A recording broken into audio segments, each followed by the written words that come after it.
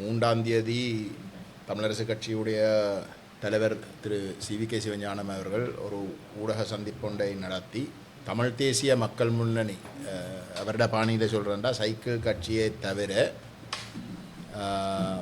மற்ற அனைவரும் ஒற்றுமையாக இருக்கிறோம்.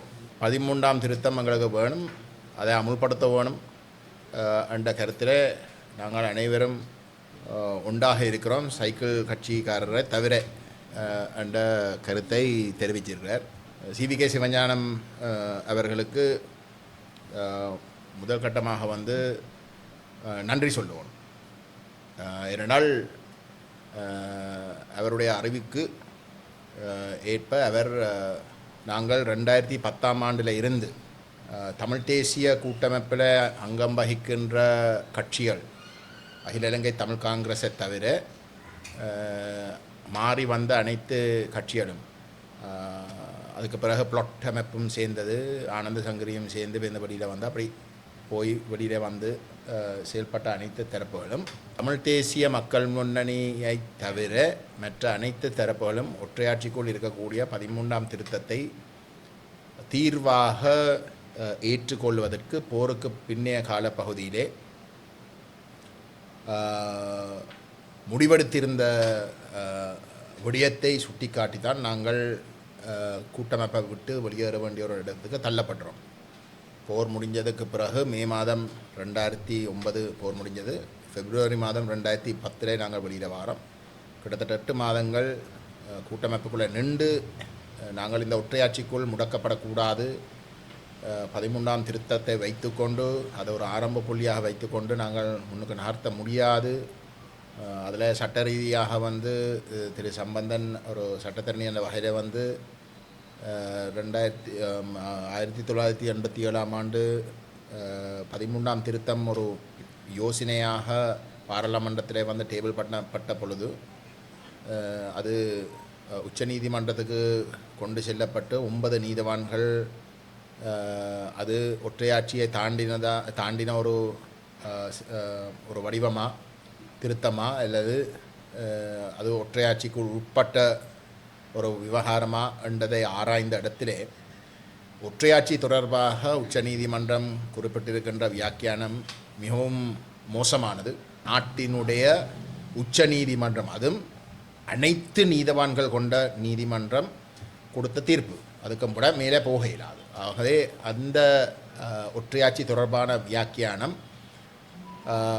13ஆம் திருத்தத்துக்குள் தமிழ் மக்களுக்கு அதிகாரத்தை பகிர்ந்து கொள்வதற்கு ஒரு கொஞ்சம் கூட ஒரு இடைவெளி கொடுக்கிறது இல்லை என்ற விடயம் உறுதிப்படுத்தப்படுது. சம்பந்தன் அவர்களுடைய தலைமையிலே அங்கம் வகித்த தமிழ் காங்கிரஸை தவிர்ந்த ஏனைய கட்சித் தலைவர்கள் அதை எல்லாத்தையும் உதாசீனம் செய்து இல்லை 13ஆம் திருத்தத்தை தாங்கள் தீர்வாக ஏற்றுக்கொள்ள வேணும், ஒற்றையாட்சியை தாங்கள் நிராகரிக்கக்கூடாதுன்ற கருத்தை ஆணித்தரமாக எங்களுக்கு சொல்கிற இடத்துல தான் நாங்கள் வெளியில் வந்துடுறாங்க. இதே நாங்கள் வெளியில் வந்த இடத்துல மக்கள் மட்டத்தில் தெளிவாக எடுத்து கூறவும் அந்த உண்மையை மூடி மறைப்பதற்காக தாங்கள் தான் சமஷ்டி கட்சி, தாங்கள் தான் சமஷ்டியை அறிமுகப்படுத்தின, தாங்களாக ஒற்றையாட்சியை வலியுறுத்த போகிறோம், தாங்களாக 13ஆம் திருத்தத்தை தீர்வாக ஏற்றுக்கொள்ள போகிறோம்,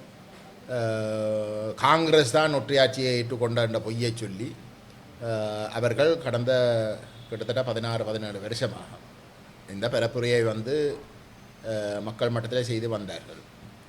அந்த பொய் பரப்புரை, அதாவது தாங்கள் ஒற்றையாட்சியை ஏற்கவில்லை, 13ஆம் திருத்தத்தை ஏற்கவில்லை என்று சொல்லுகின்ற பொய்யை அவர்கள் கடந்த 3ஆம் தேதி நடத்தின பத்திரிகை மாநாடும் 4ஆம் தேதியிலே வெளிவந்திருக்கின்ற ஊடக செய்திகளும் உறுதிப்படுத்தியிருக்கின்றன. என்றால் தமிழரசு கட்சியுடைய இந்தியான் தலைவர் தன் அறிவுக்கு அவர் ஒரு குற்ற ஒப்புதல் வாக்குமூலத்தை வழங்கியிருக்கிறார்.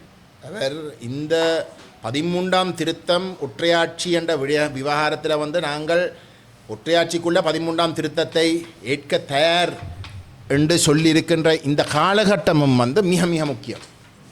என்றால் 2 கிழமைக்கு முன்பதாகத்தான் சுவிட்சர்லாந்து அரசாங்கம் நல்லிணக்கத்தை முன்னெடுக்கிறதுக்கு தென்னாப்பிரிக்கா ஜப்பான் போன்ற நாடுகளோடு இணைந்து கடந்த 2 வருடங்களுக்கு மேலாக செயல்பட்டு கொண்டிருக்கின்றது. அந்த அரசாங்கத்துடைய வேண்டுகோளுக்கு இணங்க, அழைப்புதலுக்கு இணங்க அனைத்து கட்சி குழு, பாராளுமன்றத்தில் அங்கம் வைக்கின்ற அனைத்து கட்சிகளுடைய ஒரு குழு உண்டு. சுவிட்சர்லாந்து அரசாங்கத்தால் அழைக்கப்பட்டு அவர்களுடைய சமஷ்டி ஆட்சி முறையை அறிமுகம் செய்வதற்கு, அதுவும் அதை பற்றியும் சிந்திக்கிறதுக்கு, நல்லிணக்கத்தை ஏற்படுத்துகிற ஒரு அரசியல் தீர்வு அவசியம் என்று சொல்லி இருக்கிற ஒரு சூழலில் தமிழ் மக்களுடைய ஆணை ஒவ்வொரு தேர்தலையும் வந்து சமஷ்டிக்காக வழங்கப்பட்டிருக்கின்ற சூழலில் அந்த சமஷ்டி சார்ந்த விடயங்கள் ஆராய்கின்ற பொழுது தங்களுடைய சமஷ்டி ஆட்சி முறையும் கருத்தில் எடுக்கலாம். ஒரு உதாரணத்துக்கு என்ற அடிப்படையிலே எங்கள் போன்ற தரப்புகளுடைய வேண்டுகோளுக்கு இணங்க அவர்கள் அந்த விஜயத்தை மேற்கொண்டு அங்கு தேசிய மக்கள் சக்தியுடைய செயலாளர் நாயகம் திரு நிஹால் அபேசிங்,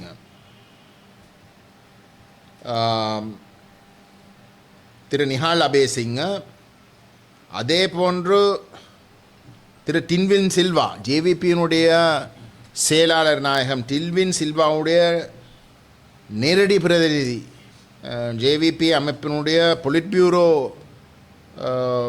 உறுப்பினரும் டில்வின் சில்வாவுடைய நேரடி பிரதிநிதி பத்மமஞ்சுல அவர்களும் தேசிய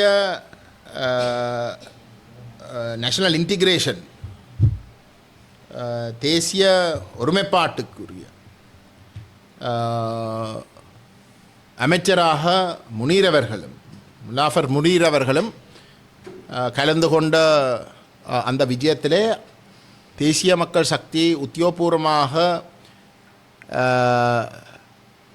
அந்த விஜயத்தில் வந்து தாங்கள் 2015 19 காலப்பகுதியிலே உருவாக்கப்பட்ட ஐக்கிய ராஜ்ய அரசியலமைப்பை திருத்தி தங்களோட கோணத்திலிருந்து கொஞ்சம் திருத்தங்களை செய்து முடிஞ்சு விட்டது. அதை தாங்கள் பாராளுமன்றத்தில் கொண்டு வந்து நிறைவேற்றப் போவதாக அறிவிச்சிருக்கின்ற ஒரு சூழ்நிலை. அதாவது அதுவும் ஒரு ஒற்றையாட்சி. அந்த ஒற்றையாட்சி அரசியலமைப்பை தயாரிக்கிறதுல வந்து தமிழரசு கட்சி மிக பிரதான ஒரு பங்காளி. அந்த ஐக்கிய ராஜ்ய அரசியலமைப்பை வந்து தாங்கள் ஏற்க தயார், மற்ற சிங்கள கட்சிகள் எல்லாரும் சேர்ந்தால் சமஷ்டியை கைவிடுறதுக்கு தயார் என்று எழுத்து மூலமாக தெரிவிச்சிருக்கிற ஒரு சூழலில் அனுரகுமார அந்த ஐக்கிய ராஜ்ய அரசியலமைப்பை கொண்டு வந்து நிறைவேற்றப் போவதாக வந்து அறிவிச்சிருக்கிற சூழலில் இன்றைக்கு வந்து 13ஆம் திருத்தத்தை கொண்டு வரதும் அதை நடைமுறைப்படுத்த வேணும், அதுதான் எங்களுடைய விருப்பம் என்று சொல்கிற அளவுக்கு நிற்குதுண்டா. அதன் காரணம் என்ன? அரசாங்கம் கொண்டு வர இடத்துல அந்த ஐக்கிய ராஜ்யவை எதிர்க்காமல், அது ஒரு தவறான ஒரு மோசமான ஒரு வரவுன்றது தெரிஞ்சும் அதை எதிர்க்காமல், ஏனென்றால் தமிழரசு கட்சியை இன்றைக்கு சொல்லுது வந்து தாங்கள் அந்த ஐக்கிய ராஜ்ய வரவை வந்து கைவிட்டுட்டோம். அவே வந்து ஒப்புக்கொள்ள வேண்டி வந்திருக்கு. ஏனென்றால் எல்லாத்தையும் மக்கள் மட்டத்தில் போகலாம், அந்த ஐக்கிய ராஜ்யை தூக்கு பிடிச்சு கொண்டு மக்கள் மட்டத்தில் போகலாம். போன தேர்தலில் சுமந்திரன் மட்டும்தான் அந்த ஐக்கிய ராஜ்யாவை பற்றி கதைச்சவர் வந்து அவர் தோக்கடிக்கப்பட்டார் திட்டமிட்டு. ஆகவே அதை பற்றி கதைக்கக்கூடாது. ஆனால் அதை கொண்டு வருகின்ற பொழுது தமிழ் மக்கள் மட்டத்தில் ஒரு எதிர்ப்பும் இருக்கக்கூடாது. ஆகவே திசை திருப்புற தேவை ஒன்று இருக்கு. 38 வருஷமாக நடைமுறைப்படுத்து என்று சொல்லி நடைமுறைப்படுத்தாத 13ஆம் திருத்தத்தை பற்றி இந்த நேரத்தில் வந்து திட்டமிட்டு வந்து எல்லாரும் கதைக்கிறது என்றது அந்த ஐக்கிய ராஜ்ய அரசியலமைப்பை தயாரித்த அனைத்து பங்காளிகளும் தமிழ் மக்களை திசை திருப்பி எதிர்ப்பு, அந்த ஐக்கிய ராஜ்யக்கு எதிர்க்காமல், எதிர்ப்பு கருத்தொண்டு வளராமல் இருக்கிறதுக்கு ஒரு சூழலை ஏற்படுத்தி அது அரசாங்கம் வந்து தமிழ் மக்களோட ஆதரவோடு நிறைவேற்றுவதற்காக எடுக்கிற செயலாகத்தான் நாங்கள் இதை பார்க்கின்றோம். CVK சிவஞானம் வந்து இந்த 13ஆம் திருத்தம் ஒற்றையாட்சி என்ற விஷயத்திலே தாங்கள் அனைவரும் ஒற்றுமையாக ஏற்றுக்கொண்டு அதை வலியுறுத்துவோம் என்று சொல்லியிருப்பது, நாங்கள் 2009ஆம் ஆண்டு மே மாதத்தில் இருந்து தமிழரசு கட்சியும் ஏனைய தமிழ் தேசிய கூட்டமைப்புடைய பங்காளிகள் எங்களை தவிர அதுக்குள்ளே இருந்த பங்காளிகள் ஒற்றையாட்சியையும் 13ஆம் திருத்தத்தையும் தான் தாங்கள் ஏற்றுக்கொண்டிருக்கிறாக சொன்ன குற்றச்சாட்டை இன்றைக்கு எத்தனையோ வருஷங்களுக்கு பிறகு தமிழரசு கட்சியுடைய தலைவராக நிரூபித்து இருப்பதற்கு நாங்கள் நன்றி கூற விரும்புகின்றோம். அரசாங்கம் ஒரு ஐக்கிய ராஜ்ய அரசியமைப்பை கொண்டு வந்து நிறைவேற்றப் போவதாக தங்களுடைய தேர்தல் விஞ்ஞாபனத்திலும் வாக்குறுதி கொடுத்திருக்கிறோம். ஹரணி அமரசூரிய பாராளுமன்றத்திலையும் சொல்லியிருக்கு. இந்த விஜயத்தில் சுவிட்சர்லாந்து நல்லிணக்கத்தை ஏற்படுத்துறதுக்குரிய ஒரு முயற்சியில் அழைச்சி அங்கே கலந்து கொண்ட இடத்துல தேசிய மக்கள் சக்தியுடைய செயலாளர் நாயகம் பகிரங்கமாக அறிவிச்சிருக்கிற ஒரு நிலையிலே டிடிஎன்ஏ இந்த 13ஆம் திருத்தத்தை பற்றி கதைக்க வேண்டாம் அவர்களாகவே அந்த ஒப்பந்தத்தை விரும்பி மீறுகின்ற ஒரு நிலைமைக்கு அவர்கள் போய்விட்டார்கள். இந்த ஆளுவல் வெறுமனே ஜெனீவாவில் நிறைவேற்ற இருக்கின்ற இந்த தீர்மானத்தை அரசாங்கத்துக்கு சார்பாக கொண்டு வருவதற்காக மட்டும்தான் மட்டுப்படுத்தி மேற்கொள்ளப்பட்டது எங்களுக்கு நன்றாக தெரியும். அந்த அகழ்வுகள் தொடர்பாக எதிர்காலத்தில் இந்த நீதவான்கள் மாற்றப்பட்டு நீதித்துறை சம்பந்தமாகவும் கணிசமான கேள்விக்குறி ஏற்படுத்துகிற வகையிலே அரசாங்கம் நடந்து கொள்கிறது.